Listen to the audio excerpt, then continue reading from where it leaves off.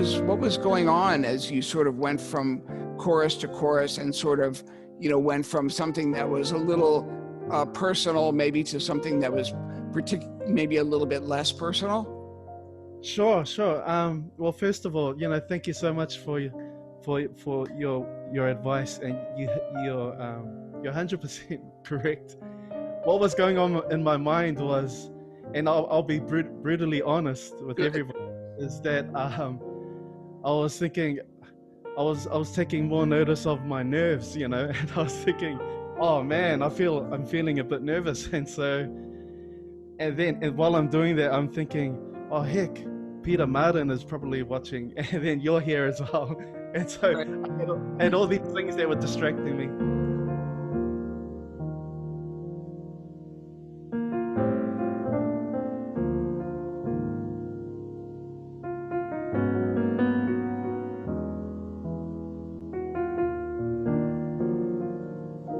The most unfortunate thing about getting nervous is the first thing that tends to shut off is our ears. We get into our brain because we're thinking, perhaps these are a range of things you might think. Well, gee, I could do this before when I was practicing it. Why can't I do it now? Or what am I supposed to be playing here now? You start asking these sort of should questions or why can't I questions. And then generally you get in your head and your ears shut off, right? So it's harder to be in the music.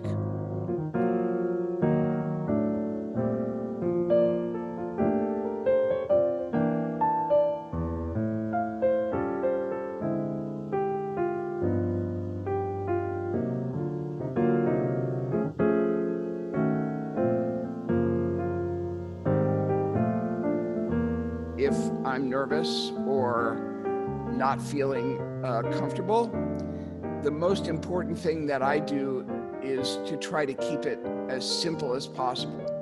And by keeping it simple, I mean focus on the actual sound, which in my case is, how I produce the sound with my body, with my hands. Actually, the tone, I focus on that, and then I focus on the rhythm. So it's like walking and chewing gum at the same time. These are two things that you can do.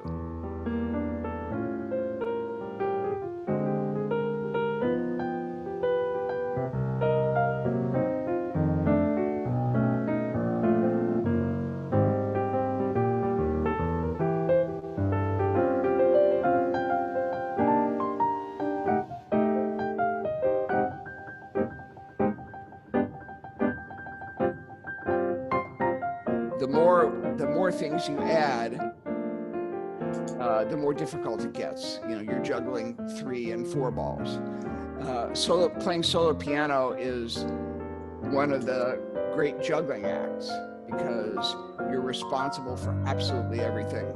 You're responsible for the rhythm, the orchestration, the maybe spontaneous arranging.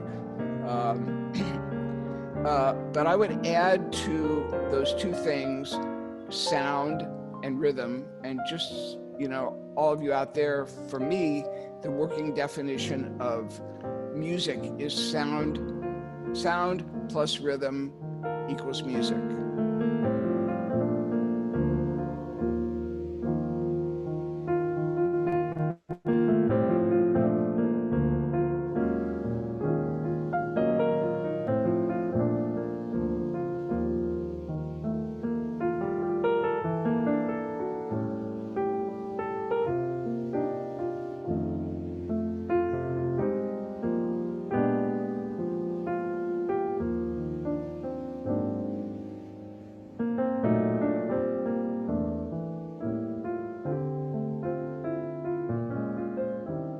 First of all, I want to say thank you so much. A very, very big fan of yours.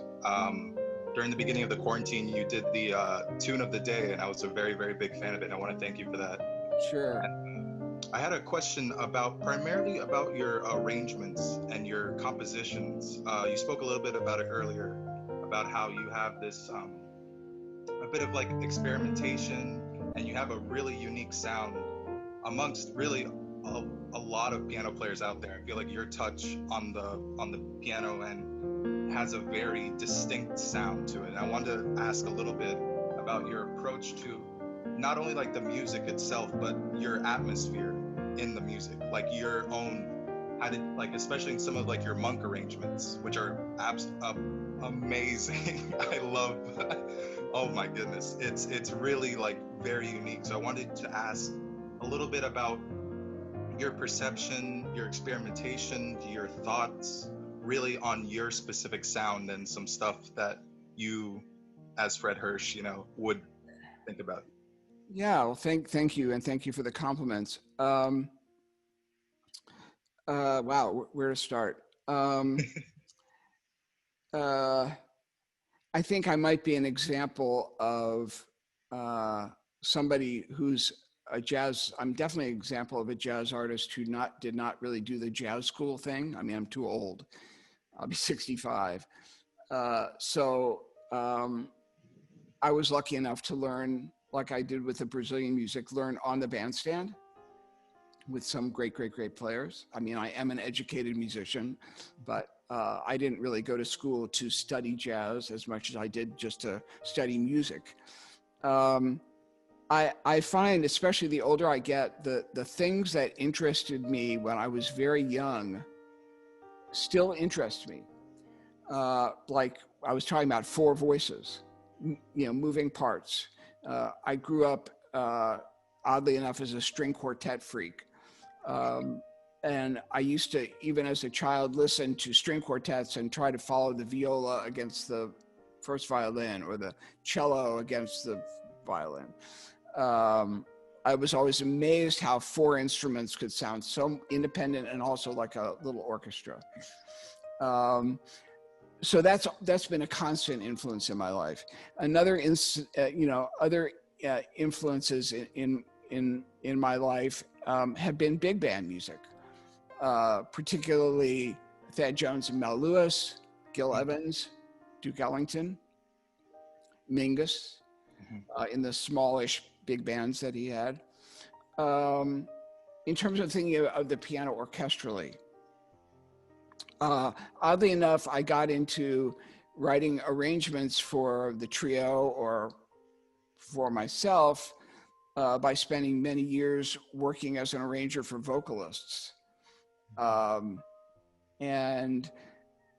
I used to work with the great harmonica player Toots Thielemans, and who was just one of the great ballad players in history and the loveliest guy. And you know, he would say, if you're going to play a tune, put a little signature on it.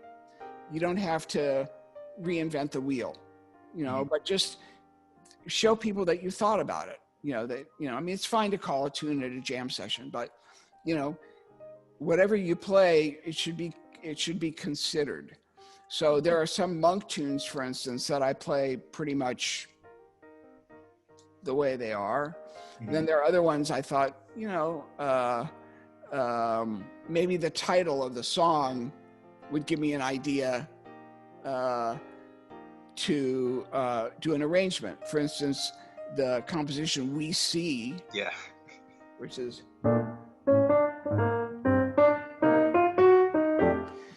so. What I did with my arrangement, which you could find on Spotify or whatever, is I thought of the title "We See," so I added some extra bars. It's like, okay, well, let's see. You know, it's really that simple. I